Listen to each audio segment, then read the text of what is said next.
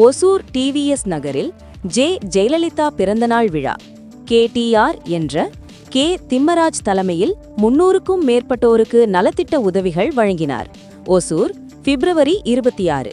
கிருஷ்ணகிரி மாவட்டம் ஒசூரில் டிவிஎஸ் நகரில் மறைந்த முன்னாள் முதலமைச்சர் செல்வி ஜே. ஜெயலலிதா அவர்களின் பிறந்தநாளை விழா ஒசூர் மாநகராட்சி 37வது வார்டு டிவிஎஸ் நகரில் புரட்சித் தலைவி செல்வி ஜே. ஜெயலலிதா அவர்களின் திருவுருவப்படத்திற்கு மாலை அணிவித்து மலர் தூவி மரியாதை செலுத்தி இனிப்புகள் வழங்கி கேக் வெட்டி 300க்கும் மேற்பட்ட பொதுமக்களுக்கு நலத்திட்ட உதவிகள் வழங்கி மற்றும் பொதுமக்களுக்கு அன்னதானம் வழங்கி கொண்டாடினார்கள். இந்த நிகழ்ச்சிக்கு தலைமை பொறுப்பேற்றவர் அதிமுக கழக எம்ஜிஆர் இளைஞரணி கிருஷ்ணகிரி மேற்கு மாவட்ட பொருளாளர் KTR என்கின்ற கே. திம்மராஜ் முன்னிலை வகித்தவர் வட்டக்கழக செயலாளர் விருப்பாச்சா முரளி. இந்த நிகழ்ச்சிக்கு சிறப்பு அழைப்பாளர்களாக அனைத்திந்திய அண்ணா திராவிட முன்னேற்றக் கழகத்தில் மேற்கு மாவட்ட செயலாளருமான முன்னாள் அமைச்சருமான பாலகிருஷ்ண ரெட்டி அவர்கள் கலந்து கொண்டு கேக் வெட்டி அன்னதான நிகழ்ச்சிகளை தொடங்கி வைத்தார். இந்த நிகழ்ச்சியில் மாவட்ட அம்மா பேரவை செயலாளர் சிட்டி என்கிற ஜெகதீஷ், மாநகர தெற்கு பகுதி செயலாளர் வாசுதேவன், மாவட்ட பொருளாளர் அவைத்தலைவர் நாராயணன், இளம் பெண்கள் பாசறை மாவட்ட செயலாளர் ராமு, மாவட்ட எம்ஜிஆர் மன்ற செயலாளர் JP என்கிற ஜெயபிரகாஷ், ஒன்றிய செயலாளர் ஹரீஷ், பகுதி செயலாளர் வாசுதேவன், பாசறை மாவட்ட துணை செயலாளர் சுரேஷ், கிழக்கு பகுதி செயலாளர் ராஜா, இளைஞர்கள் மற்றும் இளம் பெண்கள் பாசறை மாவட்ட தலைவர் பிரசாந்த், ஓட்டுநர் அணி மாவட்ட செயலாளர் சென்னகிருஷ்ணன், பொருளாளர் நவீன், நரசிம்ம ரெட்டி, ஆறுமுகம், தங்கராஜ், சுதாகர் ரெட்டி, சௌடப்பா, மாது, லோகேஷ், வினோத் உள்ளிட்ட பலர் கலந்து கொண்டனர். புரட்சித்தலைவர் அம்மா அவர்களுக்கு உயிருக்கு உயிரான தாய்மார்களே, உங்கள் அனைவருக்கும் என் வணக்கத்தை தெரிவித்துக் கொள்கிறேன். முக்கியமாக நான் கொஞ்சம் தான் பேச போறேன். நாம் என்னன்னா, இப்போ புரட்சித்தலைவர் அம்மா 28வது பிறந்த நாள் எதுக்கு நாங்கள் கொண்டாடுறோன்றது தான் மெயின். உங்களுக்கு எல்லாம் நல்லா தெரியுமோ, இந்தியாவிலேயே எவ்வளோ முதலமைச்சருங்க இருந்தாங்க. 24 ஸ்டேட்ல எவ்வளோ முதலமைச்சர் நீங்க பார்த்துருப்பீங்க. எந்த முதலமைச்சரும் செய்யாத திட்டங்கள் தமிழகத்தில் அம்மா அவர்கள் செய்தார். அது என்னன்னா, ஒரு பெண் முதலமைச்சர் இந்தியாவில் நம்பர் 1 ஒரு மாநிலத்தை சிறப்பாக ஆட்சி செய்த ஒரே ஒரு பெண் முதலமைச்சர் புரட்சித் தலைவர் அம்மா அவர்கள். அது யாரும் ஒன்றும் செய்யக்கூடாது. இப்போ இருக்கின்ற பாரத பிரதமர் நரேந்திர மோடி அவர்களும் கூட அம்மா பத்தி யோசனை பண்ணுவாங்க.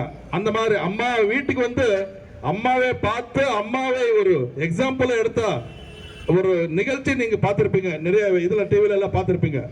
அம்மா வீட்டுக்கே போய் அவர் வந்து மூணு முறை குஜராத்ல முதலமைச்சர், கண்டினியூஸா அவர் நல்ல முதலமைச்சர். அவர் அப்படிப்பட்ட ஒரு முதலமைச்சர் அம்மாவோட வீட்டுக்கு போய் இவர் எப்படிடா இந்த மாதிரி இந்த தமிழகத்தை குஜராத் கூட தமிழகம் மாதிரி நல்ல ஆட்சி செய்ய முடியல அவர் கையில. தமிழகத்து மாதிரி நல்ல உள்கட்டமைப்பு வசதிகளை உருவாக்க முடியல அவர் கையில. இந்தியாவிலே எந்த முதலமைச்சரும் செய்யாத திட்டங்கள் நம்மளோட தமிழகத்தில் நடந்திருக்கிறது.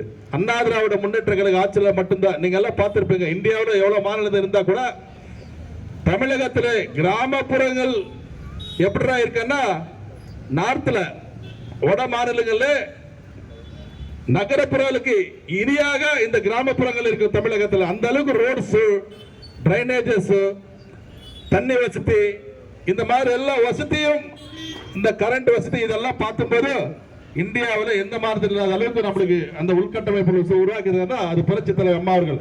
உங்களுக்கு ஒரே ஒரு சிம்பிளா சொல்றேன். நான் புரட்சித் தலைவர் அம்மாவுடைய அந்த திறமை எப்படின்றது 2006 இருந்து 11 வரை கருணாநிதி ஆட்சி செய்யறாரு. நான் 2 ஏக்கர் நிலம் கொடுக்குறான்னு சொல்லிட்டு ஆட்சிக்கு வந்துடுறாரு. பொய் சொல்லி ஆட்சிக்கு வந்துடுறாரு. வரதுக்கு வாய்ப்பு இல்லை. அவரு 2 ஏக்கர் நிலம் கொடுக்குறான்னு சொல்லி ஆட்சிக்கு வந்துடுறாரு. 2006 இருந்து 11 வரை நீங்க பார்த்திருப்பீங்க ஆட்சி செய்தாரு கருணாநிதி. என்ன ஆட்சி செய்தாரு? 8 மணி நேரம் 10 மணி நேரம் கரண்ட் இல்ல, நடக்கல. வீட்டுல கரண்ட் இல்ல, மிக்சி ஓடல, ஃபேன் ஓடல, எல்லாம் இருக்க முடியல. அந்த அளவுக்கு இருந்தது. அப்ப வந்து இந்தியா சுதந்திரம் வரும்போதுல இருந்து 2011 வரை 14,000 மெகாவாட் கரண்ட் இருந்ததுன்னா 24 மணி நேரம் கரண்ட் கொடுத்திருக்கலாம் தமிழ்நாடுக்கு. அப்ப எவ்வளவு இருக்குது கரண்ட்? 10,000 மெகாவாட் தான் இருக்குது. அந்த 10,000 மெகாவாட் கரண்ட் 4,000 மெகாவாட் உற்பத்தி செய்யறதோ இல்லைன்னா வாங்குறதோ வாங்கி நமக்கு கொடுக்க முடியல கருணாநிதி கையில. ஆனா புரட்சி தலைவி அம்மா அவர்கள் ஆட்சிக்கு வந்தவுடனே 6 மாசத்துல படிப்படியாக அந்த கரண்ட் அந்த கட் பண்ணி 2021 வரதுக்குள்ள முழுமையான 24 மணி நேரம் கரண்ட் கொடுத்து 100 யூனிட் கரண்ட் ஃப்ரீயா கொடுத்தாரு அம்மா. மெகாவாட் உற்பத்தி செஞ்சாருன்னா சுதந்திரம் வரும்போதுல இருந்து 2011 வரை 10,000 மெகாவாட், 2010 இருந்து 2021 வரைக்கும் 34,000 மெகாவாட் கரண்ட் உற்பத்தி செய்தது புரட்சி தலைவி அம்மா அவர்கள். நீங்க கணக்கு போடுங்க, 75 வருஷமா எந்த அளவு எடுத்து கொண்டு வந்தார். அதே போல தமிழக எதிர்க்கட்சி தலைவர், விவசாயிகளின் தோழன் எடப்பாடி அவர்களும் எம்ஜிஆர் ஆட்சியும் ஜல ஆட்சியும் எப்படி நடத்தினாரோ அதுக்கு மேலே 4 ஆண்டு ஆட்சியை சிறப்பாக செயல்பட்டவர் நம்ம எடப்பாடி அவர்களுடைய ஆணைக்கிணங்க நம்முடைய மாநில துணை பொதுச் செயலாளர் KP முன்சாமி அவர்களுடைய ஆணைக்கிணங்க நம்முடைய மாவட்ட செயலாளர் மண்ணின் மைந்தன் 3 ஆண்டுகள் சிறப்பாக செயல்பட்ட ஒசூர் நகரத்தை சிறந்த நகராட்சியாக உயர்த்திய மாமனிதன் பாலகிருஷ்ண ரெட்டி அவர்களே, தெற்கு பகுதி செயலாளர் வாசுதேவன் அவர்களே, கிழக்கு பகுதி செயலாளர் ராஜு அவர்களே, அம்மா பேரவை செயலாளர் ஜெகதீஷ் சிக்தே அவர்களே, எம்ஜிஆர் மாமன்ற இணை செயலாளர் நம்முடைய மாவட்ட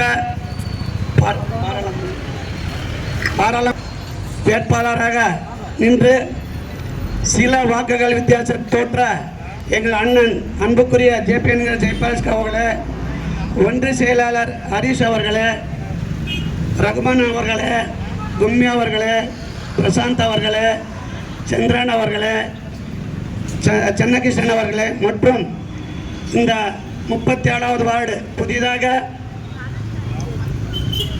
பொறுப்பேற்றுள்ள வார்டு கிளை செயலர் விருப்பாட்சி அவர்களே, விருப்பாட்சி அவர்கள் தான் இப்பொழுது நம்மளுடைய அதிமுக 37வது வார்டு 37வது வட்ட செயலராக அண்ணன் அவர்கள் இந்த அம்மாவோட பிறநாள் முன்னிட்டு இன்று அவருக்கு இந்த பதவி வழங்கப்படுகிறது. அவர் மாமன்ற தேர்தலில் போட்டியிட்டு 350 வாக்குகள் பெற்று கட்சிக்கும் இப்போ நம்ம மக்களுக்கும் சிறப்பாக செயல்பட்டு கொண்டிருக்கின்ற விருப்பாட்சி அவர்களே மற்றும் இந்த 37வது வார்டு பொதுமக்கள் அனைவருக்கும் தெரிவித்துக் கொண்டு இந்த அம்மாவுடைய பிறந்தநாள் விழாவில் எங்களுக்கு முதல் நிகழ்ச்சியாக எங்களுக்கு வாய்ப்பளித்த மாவட்ட செயலாளர்களுக்கு கோடான கோடி நன்றியை தெரிவித்துக் கொண்டு வருகின்ற தேர்தலில் நான் உங்களுக்கு தெரியும் 20 ஆண்டுகள் திமுக செயல்பட்டு கொண்டிருந்தேன்.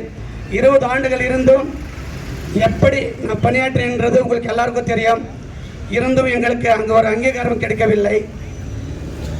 மக்களை மதிக்க தெரியாத ஒரு திமுக ஆட்சியில் எங்களுக்கு அங்கே செயல்பட முடியாத காரணத்தால் நாங்கள் தமிழகத்தை கடவுளாக நினைத்து எம்ஜிஆர் அவர்களுடைய ஆட்சியிலும் ஜெயலலிதாவுடைய அவரோட ஆசீர்வாதத்தோடும் எங்கள் எடப்பாடியோட முன்னணியில் பாலகிருஷ்ண ரெட்டியோட தலைமையில் இணைந்து கட்சியில் பணியாற்றுவதற்காக வாய்ப்பளித்த அனைவருக்கும் கோடான கோடி நன்றியை தெரிவித்துக் கொண்டு வருகின்ற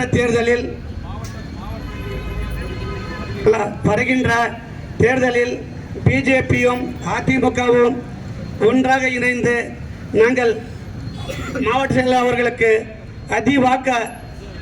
அதிவாக்குகள் பெற்று முதல் வார்டாக நாங்கள் கொண்டு வரோம் என்று இந்த நேரத்தில் நாங்கள் உறுதிமொழி ஏற்று அண்ணனுக்கு உறுதிமொழி ஏற்று கண்டிப்பாக எல்லா வார்டத்தோட இந்த வார்டு 37வது வார்டு அதிவாக்கு வித்தியாசத்தில் நாங்கள் வாங்கி கொடுப்போம் என்ற உறுதிமொழி ஏற்று இந்த வாய்ப்பு அளித்த அனைவருக்கும் நன்றி கூறி விடைபெறுகிறேன். வணக்கம்.